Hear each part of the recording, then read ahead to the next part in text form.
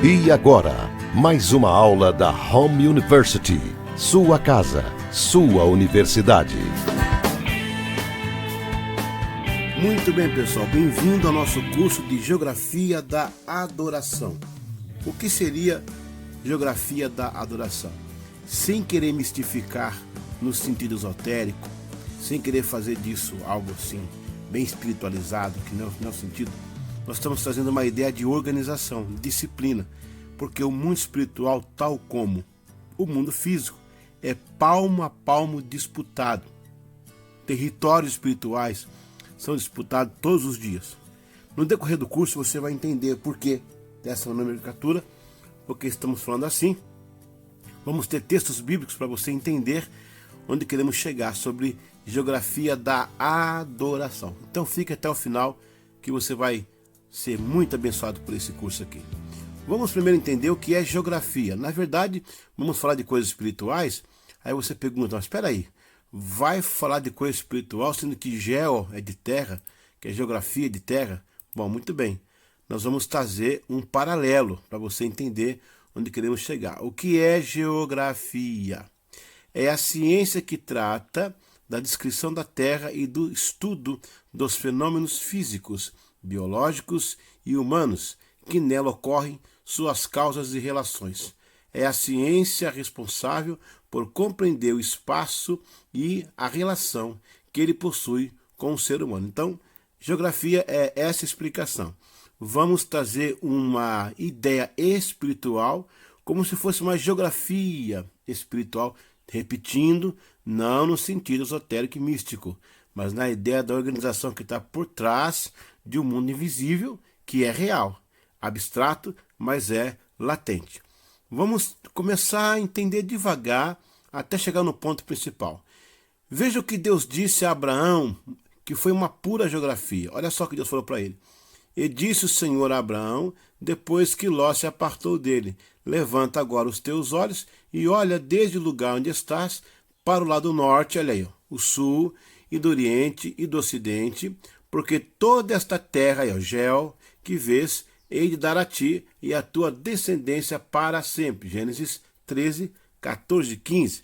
Veja que é um assunto altamente geográfico, está falando de terra, mas o espiritual está envolvido. Por quê? Porque é desse povo que vai nascer Jesus.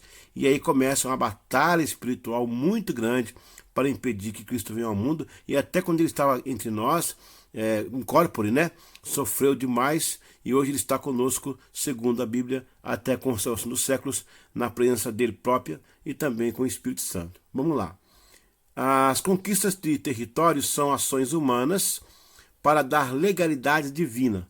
Ou seja, você vai entender, fica até o final, para que Deus possa nos conduzir em vitória em alguns territórios na terra, há de ter a concordância humana em locais que formem aliança com Deus, para que o sobrenatural possa acontecer. Deus não pode passar por cima de suas próprias leis. Então, ele vai usar de certas posições geográficas para também afirmar sua aliança com o seu povo. Fica até o final para você entender. O altar pessoal. Abraão, em Gerar, edificou o seu primeiro altar. O altar pessoal, em Gênesis 12, 6 a 7, e passou Abraão por aquela terra até o lugar de Siquém, até o carvalho de Moré, e estavam então os cananeus na terra, e apareceu o Senhor a Abraão e disse: a tua descendência darei esta terra. E edificou ali um altar ao Senhor, que lhe aparecera.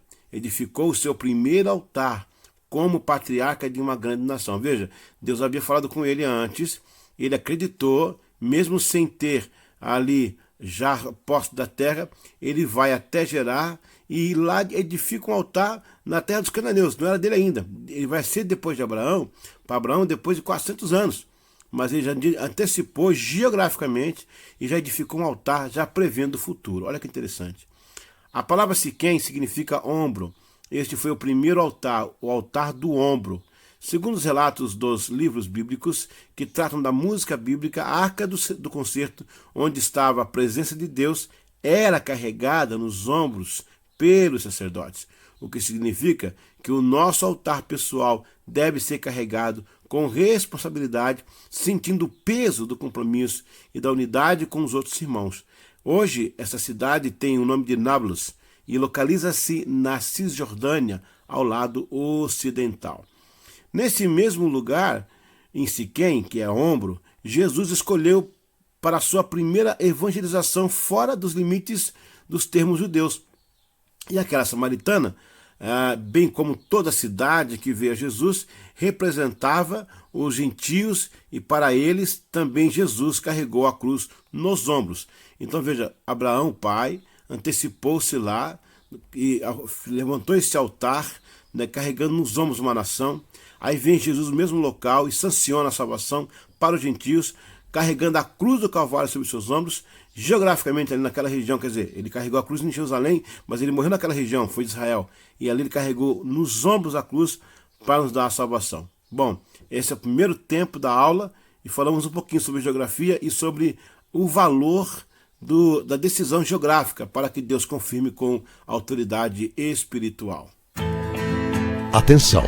Esta aula continua no próximo bloco.